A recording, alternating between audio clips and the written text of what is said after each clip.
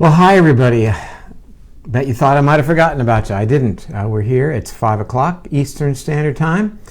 It is Sunday, and we're going to talk about what an interesting week we had. We'll review some of the science and talk about how things look moving forward, what sort of developments there have been, and some positive things seem to be happening in the face of, certainly plenty of bad news. And that's okay. Let's focus on the glass being half full, light the single candle, and not curse the darkness. Nothing to be served, I think, by cursing the darkness. It's not going to help us make advances and get ahead of this thing. So let's talk about that. About being positive. It's good for you. It's good for your mood, and I think that is really very, very important. So I created a couple of videos the past couple of days. The one we posted yesterday had some science in it from the New England Journal of Medicine talking about the ability of various surfaces like cardboard, plastic, and metal to maintain viability of this virus. I think it's really, really important. As I mentioned in the video, please take a look at that. It is on our YouTube channel. It's on Facebook as well. Many of you saw it and commented, and I appreciate those comments. The take-home message here is, for example, when you're ordering your package, gets delivered by Amazon. We learned from USA Today that there's really nothing to worry about because that package was packed 3 days ago. So by 3 days, cardboard, everything should be good. Well, here's why I want to just think that through. First of all, what's inside the package generally has a lot of plastic. So you got all those air bubbly things that are plastic.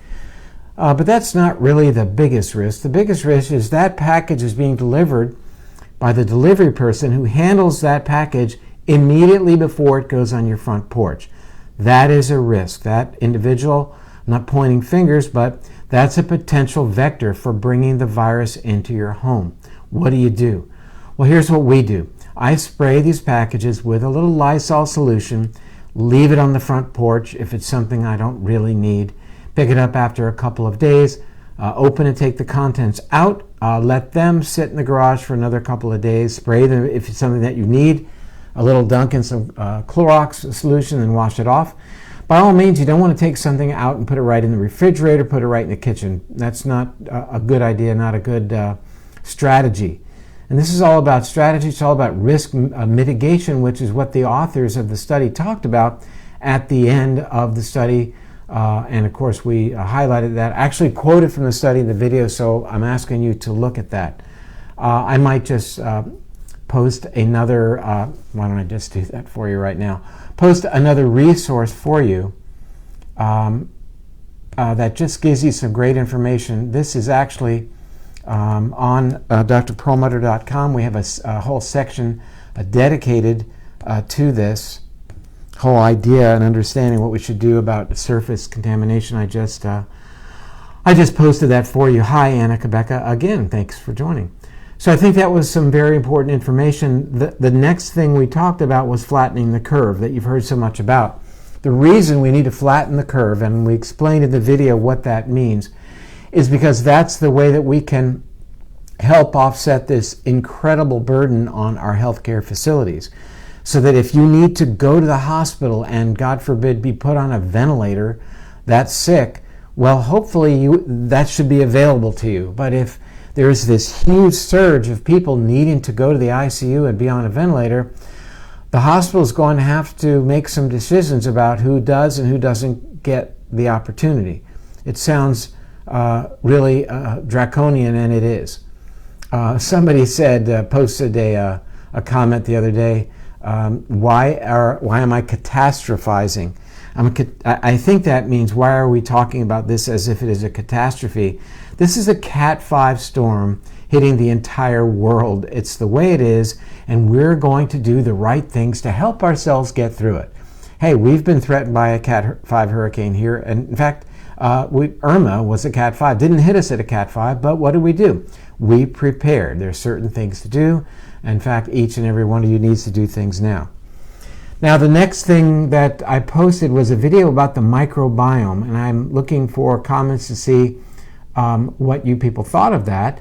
It was my thought that the gut bacteria may explain why there are so few cases in Haiti, so few cases in sub-Saharan Africa, based on something called the hygiene hypothesis, whereby we who live in cultures that are so fanatical about hygiene may not have as robust a microbiome, a gut bacteria, and therefore our immune systems may be compromised in comparison to people who are less involved with hygiene. Believe me, I'm not saying that now is the time to not wash your hands. Don't take that home message at all. This is the time certainly to wash your hands. But in getting to this point, when you see the ever-increasing rates of asthma and allergy in children, other inflammatory issues in our societies like Alzheimer's, coronary artery disease, and diabetes, one wonders why that might be. And we certainly know that those conditions have unique microbiome profiles. So the take-home message for that is that your gut bacteria are an incredibly important line of defense for you in terms of your immunity and in terms of balancing inflammation. The lethal event here seems to be an inflammatory event in the coronavirus infection, as well as something called disseminated intravascular coagulation or coagulopathy, whereby the blood basically coagulates much as it would if you were bitten by a cobra. So that said, what do we do now to help bolster our microbiome? I'm not saying this should be considered a validated defense for coronavirus. Of course not. We haven't studied it yet. But having a good, diverse gut bacteria is a good thing for us anyway. Why wouldn't you do it? Number one, think about the medications that you may be taking. Acid blocking drugs, do you really need to block your stomach acid because you have indigestion? There are some medical issues whereby people need to block stomach acid, like Zollinger-Ellison syndrome and having a gastric tumor. But by and large, I think these medications are overused. We know that the acid blocking, like the over-the-counter acid blocking drugs, wreak havoc with your gut bacteria. The other thing that seems to change the gut bacteria quite substantially are the non-steroid anti-inflammatory drugs. And isn't it interesting that there have been a couple of reports out of Europe indicating that people taking non-steroid anti-inflammatory drugs might have a worse outcome. So the current recommendation is, at least from Europe, to avoid taking these non-steroid anti-inflammatory drugs. Perhaps the reason that they are so worrisome or problematic is because of the changes that occur to the gut bacteria. That's simply my thought, but let me see if I can post for you that study. I'll look for it in just a moment. So it's all about then strengthening the gut bacteria, and increasing diversity. Don't threaten the gut bacteria with unnecessary medications. Eat a lot of fiber-rich foods, especially those foods that have good prebiotic fiber: garlic, onions, leeks, jicama, Jerusalem artichoke. Maybe hard to come by at this point, but there are over-the-counter prebiotic supplements that you can buy perhaps from an online resource. I think you can find that on Amazon. So keep that in mind. And then when it arrives, of course, you want to go through the drill in terms of how do you welcome that product into your home. I'm going to shift gears now to the idea of taking inventory in terms of what you've got around your house. I think it would be a real good time to look in your outdoor closets to see what there is, to look at, for example, your barbecue, to see if you have enough charcoal. It may be that that might be something that comes in handy at some point. Go through the garage and take inventory, see what you have there. You know, we're all going to have to do a little MacGyver work here when this is all said and done. We're going to have to figure some things out on our own. And it might be trapping rainwater. I mean, who knows?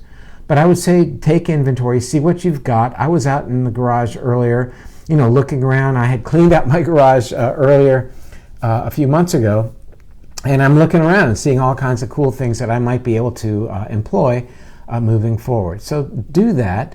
And I would also indicate that, this is going to go on for many months. I don't know how many months it takes to spring up a head of lettuce from a seed. But, is that 6 weeks? Is that 8 weeks? However long it is, maybe you should think about buying some seeds online and planting them in your backyard. Now, if you live in an apartment, get some pots, plant some food, and that way we don't have to worry as much about the questions that everyone's been asking me about. What do you do about your green vegetables that you're getting from the store? Which is a tough question to answer. I don't know that I fully have the right answer for that question. I can tell you that for now, I think a soap solution might be a good idea. I don't think bleaching your vegetables necessarily is a good idea, but I don't have a right answer for that, and no one's addressed it that I could find in the literature. I was asked on the 700 Club, well, what can we do to occupy ourselves? And I think it's really important to understand that it's going to be a long time. When there are people in your home that are there that normally wouldn't be in your home, you've got to understand that you need to think about getting along with everybody, taking your time. It's going to be challenging, much more challenging perhaps than we are used to. And whoever's at your house now, you're all in it together. So what can you do? Maybe you do a jigsaw puzzle. One thing that really is I've been finding helpful is clean up. Find that kitchen drawer that you have that's a disaster, and clean out that kitchen drawer. Throw out some stuff. But keep in mind about the inventory. You never know what you might need, but I'm certain there's plenty of junk around that you can clean out. I mentioned about planting seeds, even in your apartment. Plant some herbs. Good for you. We talked about that in our new book, Brainwash, why planting a plant and having a plant is a good thing. Reconnecting with nature helps reduce inflammation, helps reduce cortisol, which is threatening, oddly enough, to your gut bacteria. So planting a plant in your kitchen, or having an herb garden in your kitchen or outside, very, very important for you. Next bullet point that I wrote down, and we're doing less of the science today. We're doing kind of a week, a wrap up of the week. Looks like people are interested, so I'm going to stay with that. Oh, I know who just joined. LDP, my dear heart, thank you. So what else? Turn off the TV. Really important that you stop fanning the flames of fear in your heart. It's good to check in. I haven't checked the TV yet today. I know what it's going to say, and a lot of the stuff is true. It is the way it is, but it's a new reality for all of us. Things will probably not be the same once we see the other side of what we're going through. And truthfully, if we're a couple of weeks behind Italy, look what's going on there. So that's how things may get with us. I wish it weren't the case, but it looks like that's the direction in which we are going. But we will get through it. What it's like on the other side, who knows? But we've got to pace ourselves for the long run and realize this isn't the time for the sprint. Last two things I'm going to mention, then we'll look at a little bit of the science overview, would be sleep and fasting. So sleep, again, to balance your immune system. If you end up getting this, and if we're told 40 to 70% of us will get it, you want to make sure that you go into this with the best immune system that you can. When you get it, you want your immune system to be as balanced as possible, your gut bacteria in shape, ready to deal with it. You have been sleeping well because you're not watching TV at night. You're getting in contact with nature. You're getting exercise as best you can and eating the right kind of food so that when you do get it, if you do, and again, most people will, if we're to believe the World Health Organization, you want to go into it as prepared as possible. It's a test that you will face, and you want to do your homework ahead of time so you're ready for the test. The last thing I've written down in terms of bullet points is the idea of fasting. Now, the disclaimer is you should check with your healthcare professional. I don't know how available that person is for you right now, but fasting is a really good way to clean out the debris from your immune system and allow newer, younger, more functional cells to take their place. How long do you have to fast to bring that about? Unclear. Probably at least 36 hours, but even a 24-hour fast can do you some good for other reasons as well. So I'm going to be delighted to do that with each and every one of you. I think we'll find a day, and I'll look at the comments from everybody when they want to do it. Should be, I would think, this coming up week. Sooner the better. We'll have dinner the evening after this podcast, and then have nothing but water until we get together again. Why are we doing this? A couple of reasons. Number one, this is a good way to reset your immunity and reduce inflammation. How aggressive is it? It's not super aggressive, number one.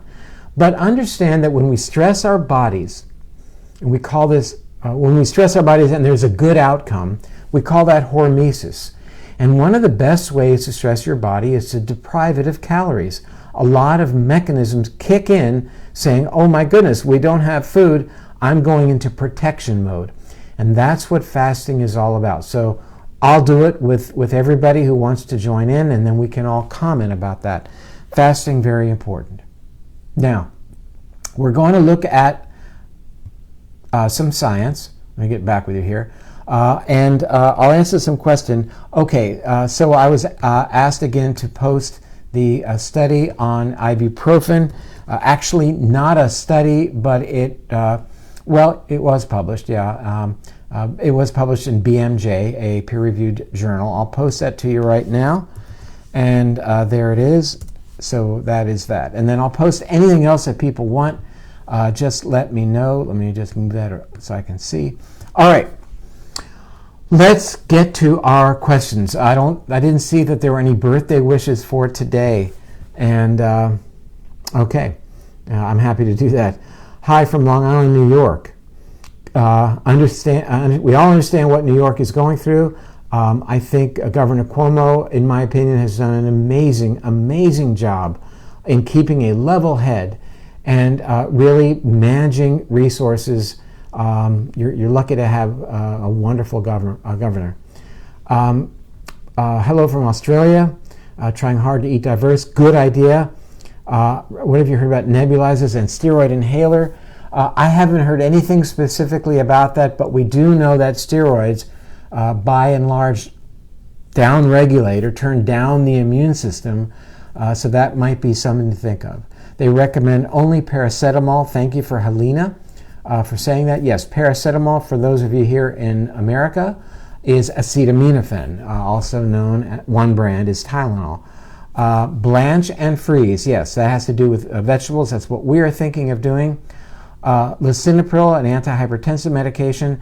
People have been talking about lisinopril, but I think that science is probably flawed, even though we know that the angiotensin converting enzyme receptor on the cell, type 2, is the entrance point for the virus RNA. Tashia Nicole, it's not panic, it's being realistic. That's what this is all about. No panic here. Let's take a deep breath and continue to plan. Failing to plan is planning to fail, and we're all about that. And let's keep going.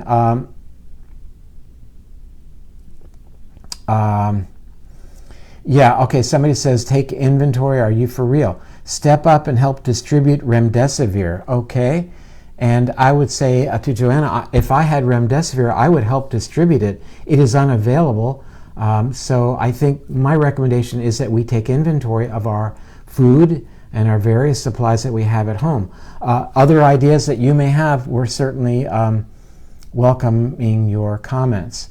Oxidative stress brought on by this virus, yes, that's clearly what goes on during what is called the cytokine storm, which is a severe event. My 21-year-old toddler is throwing a fit and told her she can't order food. It's reality. Son, an ER doctor, is an ER doctor, so worried. That's a very, very tough place to be in. Hopefully your son, Lori Richmond, has access to things to protect himself. That's something that's certainly very scarce right now. Avoid any vaccinations. I would say that when an immunization, Muriel, becomes available for this and seems safe, I will probably get an immunization for this. I don't know, Andrea, the role of homeopathy. There are some homeopathic preparations being discussed. I don't know any specific data on that. Health Wisdom, nice to see you again. Cindy Bouchard, in for the fast. All right, me too. Group fast, yes. Denise Clements, we're in. You mentioned herb gardens. When I joined, suggest herbs to grow.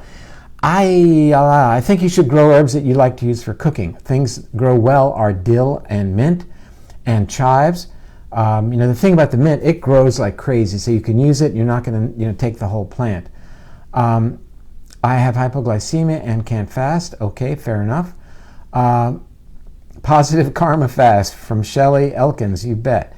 Thank you for the prayers, Leslie. And good. Okay, I'll keep going here. Oregano, lemon balm. Yes, so wonderful. Sage grows. And right after Tracy Chamberlain, is the post about ibuprofen. Health Wisdom, good. Spread the word. You're in. We talked about that on the phone, actually. So let's see. Best protective herbs, don't know. This might be a good time for cilantro, but I can't say that's definitely been validated. The curve in Peru, according to Anna Hoffman, is starting to flatten because nobody is allowed to go out. Nobody means nobody. Only medical help, police, and somebody with a special permit. Yes, that's what we're talking about. Please watch the video. It's posted here on, I posted yesterday. It's also on YouTube about how we can flatten the curve. It's not going to happen because we've suddenly developed a new drug. It'll happen based upon our behaviors. Melinda Graham talks about Dr. Walls. Clarified today, 12-hour fast is okay, maybe 16, not beyond, while infectious. That's probably a good recommendation. This would be for those of us who are thinking that remain in good health. Dr. Walls always has wonderful information. We've interviewed her on our podcast before. Okay. Can I train, run? Well, that's really up to you, Elizabeth. I continue to exercise during a fast, but I don't know what your physiology is like. Are you keto adapted, etc.? All right, let me take a couple more questions. And it's a good question, Susan. Denise, I think it is, about too long a fast, raising your cortisol. Yes, I think that that Dr. Attia does himself. He does fast that lasts 4 and 5 days. So but for those of you who are not used to fasting, don't start off with a 24-hour fast. That's for sure. I would say that for those of you who aren't familiar with fasting, what you might simply do is have your dinner, and then the next morning maybe skip breakfast if you can until, let's say, 12 or 1, something like that. That is what we call time-restricted eating. You're going to get a really nice window there, and it's actually a very good point. Okay, let me scroll down. So many comments. Having a hard time finding out how long the virus is in delivered groceries. Again, I just posted, and if you go to drperlmutter.com, we have a whole section on coronavirus.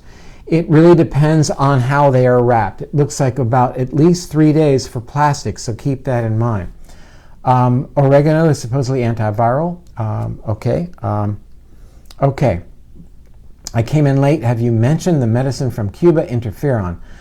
Well, that's the second time somebody has posted about interferon.